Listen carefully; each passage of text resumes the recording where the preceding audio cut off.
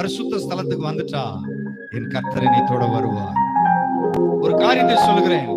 கானானிய ஸ்திரீ நோவாவின் காலத்திலே சபிக்கப்பட்ட பொழுது அவள் ஆசரிப்பு கூடாரத்துக்கும் வெளியில, ஆனா இயேசுவை நம்பி வந்த பொழுது அவள் பிரகாரத்துல நின்னதோடு நிக்கல, வந்துட்டா. நெருங்கி நெருங்கி நெருங்கி வந்து மகள் விடுதலையாகி சுகமடைகிறதுக்கு எவ்வளவு அவள் நெருங்கி வர முடியுமோ வந்துட்டா.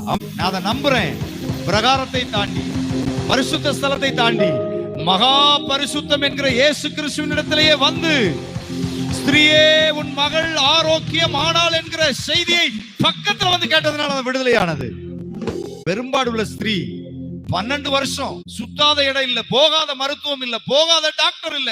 இயேசுவின் வஸ்திரத்தை தொட்ட போது அதாங்க பரிசுத்த ஸ்தலம், மகா பரிசுத்த ஸ்தலம். நாம் ஆராதிக்கிற தேவன் யார் அப்படின்னு கேட்டா சொல்லணும். செத்ததை உயிர்ப்பிக்கிறவர், நாட்டம் அடுத்ததை எழுப்புகிறவர்.